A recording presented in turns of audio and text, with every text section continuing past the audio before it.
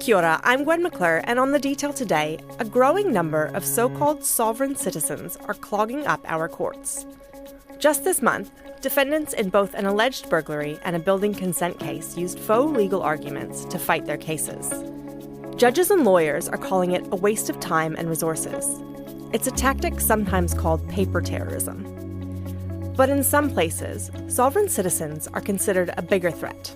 In Germany, dozens of people remain in custody after raids across the country on Wednesday. The targets were suspected supporters of a far-right movement that rejects the legitimacy of the German state. The self-proclaimed Queen of Canada has offered up threats, even calling for a public execution of elected officials. Her name is Romana Diderot. She's a conspiracy theorist who wants to do away with any kind of official authority and punish healthcare workers who vaccinated children during the pandemic. For each child that you have harmed, you will receive not one, but 2 bullets. Since late 2021, a group of hardliners within the movement, calling themselves Alpha Team Assemble, have been holding combat training sessions in the UK, supposedly preparing themselves for militant direct action against the state. They're not just men keeping to themselves in the woods. Some members have carried out murders, attacks on police, forging passports and money. In the US, the FBI has had the group designated as a domestic terror threat for some 15 years. The New South Wales police acknowledged them as a terror threat 10 years ago. And here, a joint police intelligence report in 2021 said that there was a, quote, realistic possibility of sovereign citizens committing extremist violence. So, should we be thinking of this movement as agents of paper terrorism, or a more serious danger? Charlie Mitchell is a journalist at The Press who's been covering conspiracy theorists since the pandemic.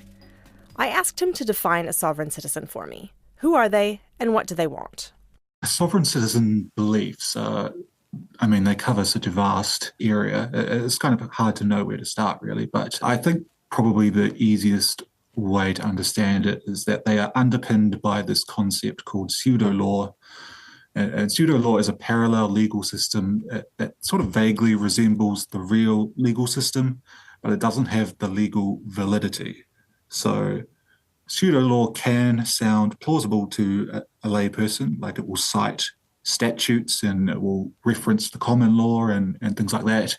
But as soon as it comes into contact with the real legal system, it dissolves. So, for example, some people who are sovereign citizens or SovCits will say that they do not have a legal obligation to pay rates or parking tickets or dog registration fees. And they'll come up with a quite obscure legal argument that councils are technically corporations and that because they did not enter a contract with the corporation, they don't have to engage in commerce with the corporation. And so that's nonsense, like it's just not real. But that is the sort of argument that they will use to try and get out of doing things. And so a common thread you'll find in sort of the SovCit world is citation of these kind of obscure or arcane legal theories that really just do not have any relevance in modern society, but they sort of dredge up from history to kind of use as a way to try and get out of basic obligations to society. One of these pseudo-law arguments I've seen is allodial title. Is that the right way of saying it? Yes. What does that mean? Right. So allodial title it's a real type of land ownership that used to be quite common hundreds of years ago. It's basically non-existent now. But SovCits sort of use allodial title basically to claim possession of land that is not subject to taxes or regulation, that the owner is the absolute authority over that land. So they will sometimes declare their own land as allodial title, or they will take unoccupied Crown land and declare that allodial title. It sort of differs around the world, but in New Zealand, the people who claim allodial title, they have to follow this quite specific series of steps.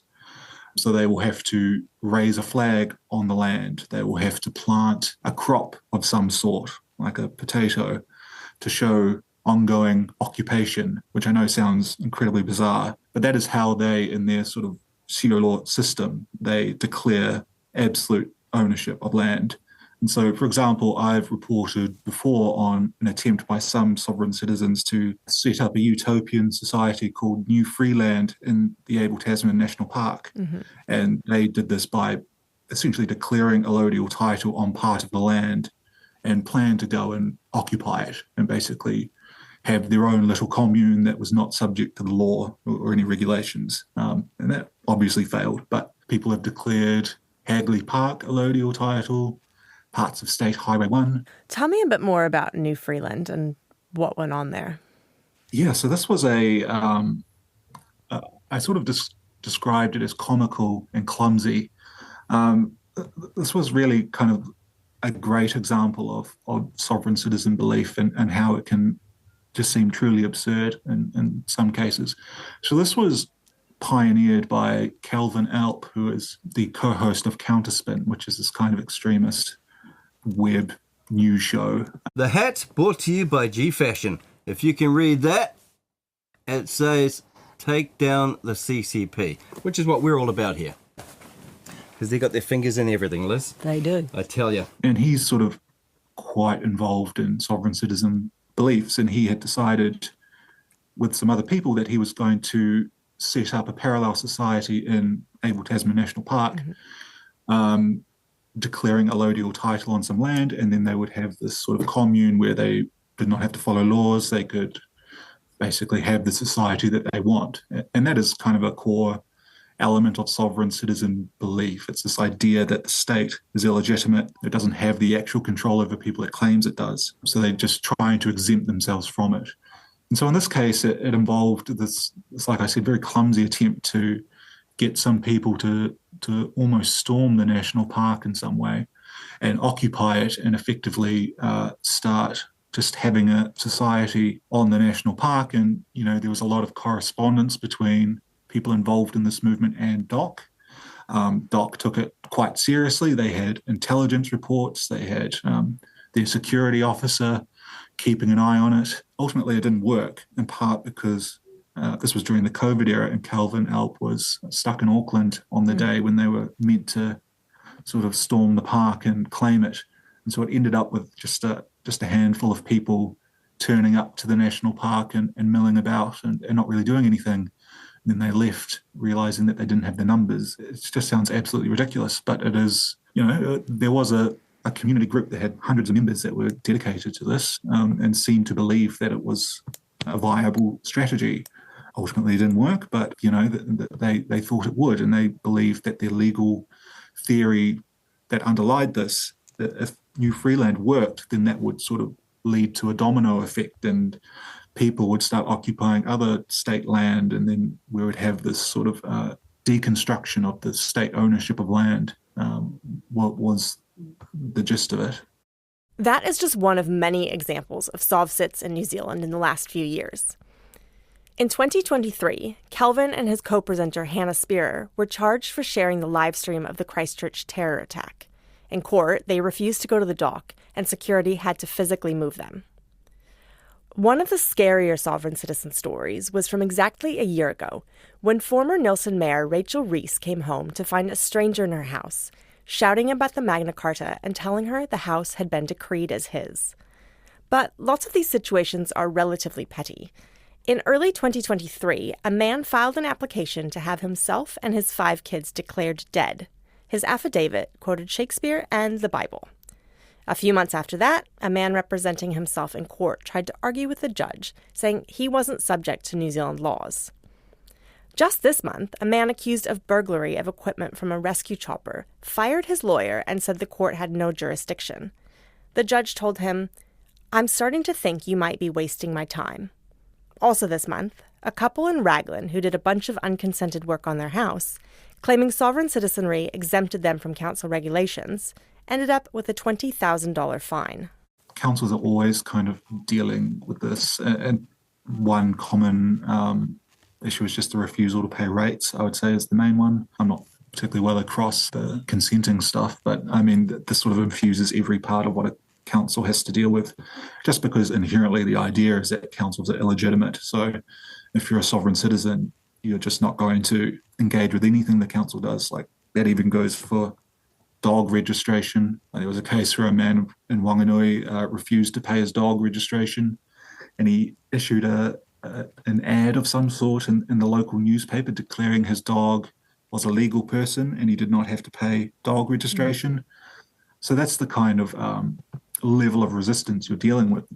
Just when your ideology is that the council has no legitimate authority, then you're not going to participate in any of that system. And so the sad part about that is that obviously they don't think they have to pay rates, but they do.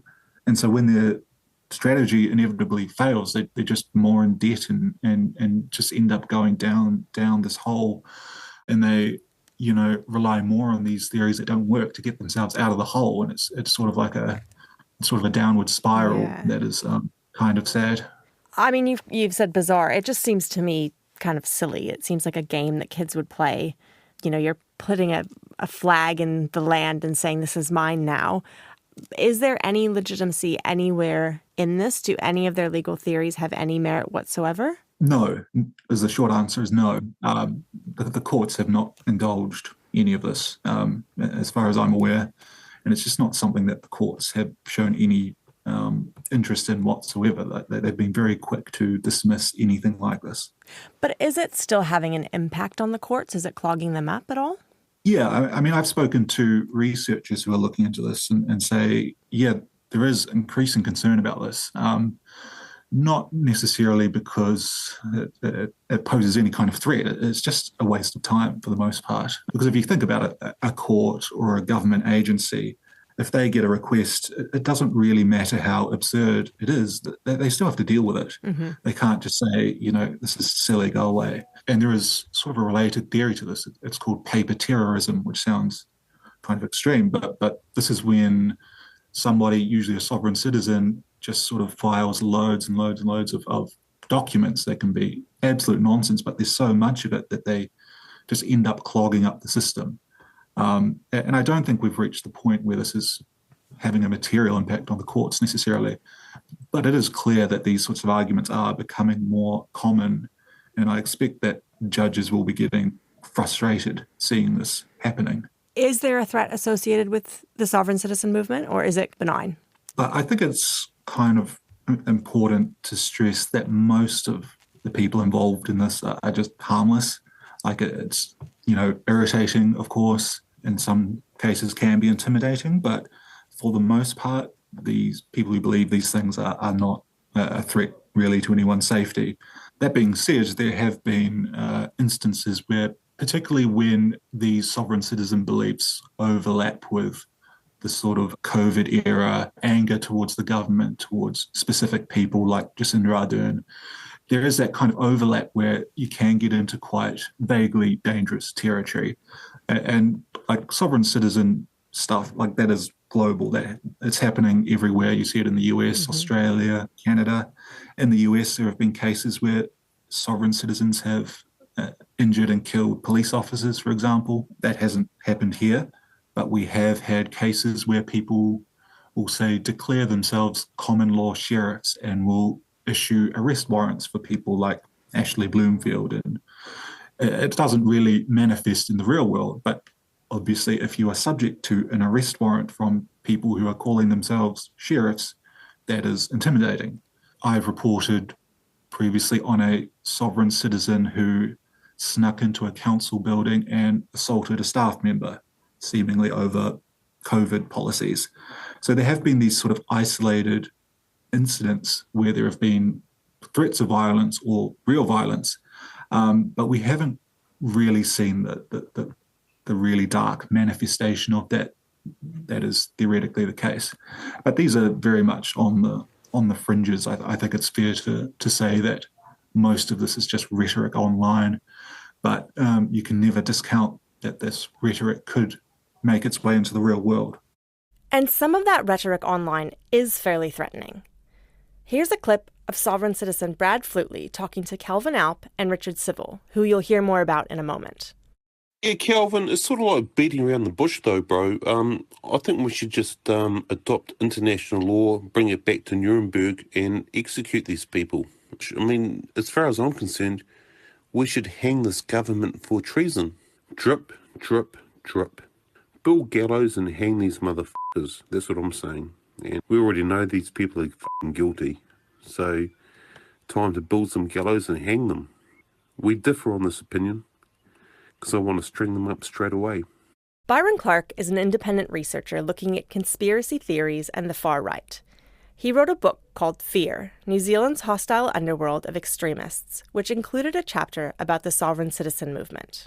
I noticed sovereign citizen ideas really being adopted by more people during the pandemic as people were looking for a way to try and opt out of the public health measures that were being introduced. And also people were spending a lot more time online, going down some conspiracy theory rabbit holes, and these different ideas were cross-pollinating with each other. So people who were interested in anti-vaccine conspiracy theories around issues like immigration would be coming into contact with people who held sovereign citizen beliefs and then, in some cases, adopting those beliefs themselves. Can you tell me about any examples here where sovereign citizens have crossed the line from paper terrorists, I suppose, just kind of annoying or pests, into hostility or doing something dangerous?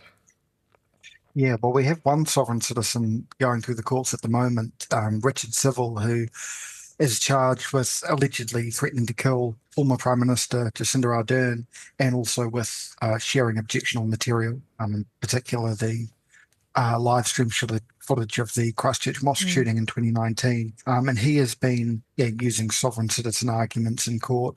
So he's somebody who, not just engaged in paper terrorism, but making these more violent threats and sharing what is classified as terrorist material. Do you think that the same person who's refusing to register their dog with council is later going to be threatening to kill a former prime minister, or should we not be thinking about these people as the same group, really?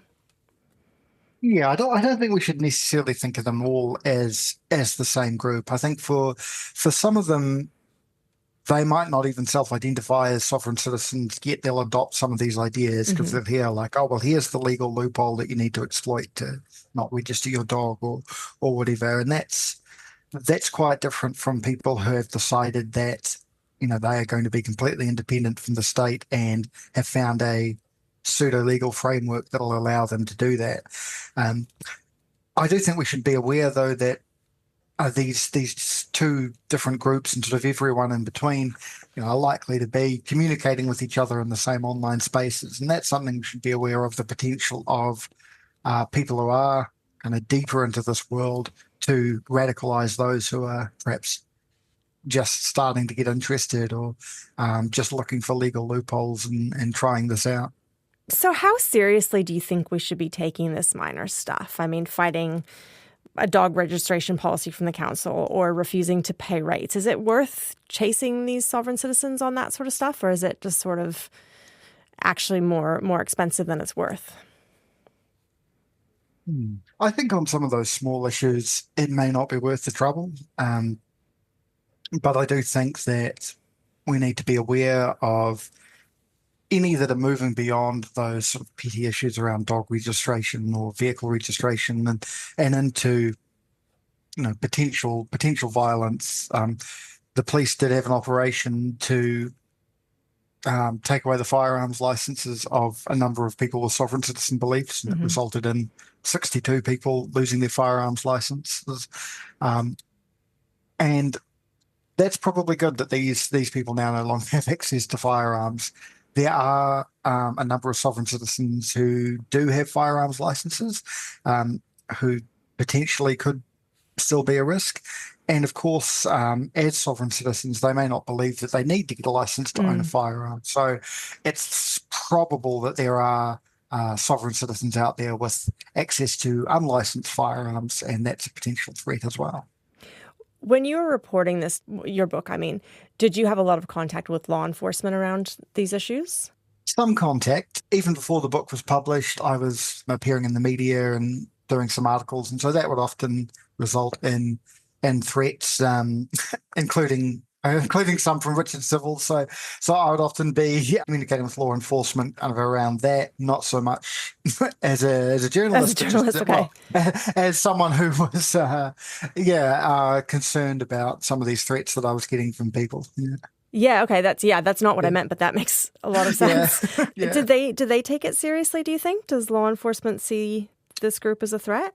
I think they do. I think the fact that we've had this operation that resulted in 62 people losing firearms licenses shows that law enforcement do see sovereign citizens as a threat, and I think perhaps are starting to become a bit more aware of who they are and what they believe. It's quite common to see sort of videos posted online of sovereign citizens interacting with law enforcement at like traffic stops and that sort of thing, and often you get the impression that the police officer doesn't understand what they're trying to do and what they're trying to talk about. But I did see one video during the lockdowns and the pandemic where a sovereign citizen is telling a police officer that she doesn't understand because of this belief that when you say that you understand, you're standing under and therefore consenting to be under the jurisdiction of the police. And so the police officer says, "Do you know what this means?" It means you have a working knowledge of what is being explained to you, and asks her if she has a legal name or if she just wants to be addressed as Vanessa the sovereign being or something like that. As a free living being, I'm not actually required to give you my details, such as my name, my date of birth, and my address. As a free living being, I do not actually have to give those to you. I am Vanessa, the living being, and that's who I would like you to address me as. Well, Vanessa, the living being, my name is Sergeant Weston. And I got the impression that this police officer, this probably wasn't his first time interacting with a sovereign citizen. Do you think that the legal system outside of law enforcement, but the judges and lawyers are pretty used to these arguments at this point, or is there still confusion there as well? I think there's probably a little bit of confusion there among some of them, but I think most people who have been in those sort of professions for a while now have probably encountered these people in one case or another, and are probably starting to get a bit of an idea of what's going on when somebody starts talking about being a captain of their own ship in court or whatever. That's all for today. The Detail is a newsroom production supported by RNZ and New Zealand On Air. Thank you to Charlie Mitchell and Byron Clark. This episode was engineered by Jeremy Veal and produced by Alexia Russell, and I'm Gwen McClure. Ka kite anō.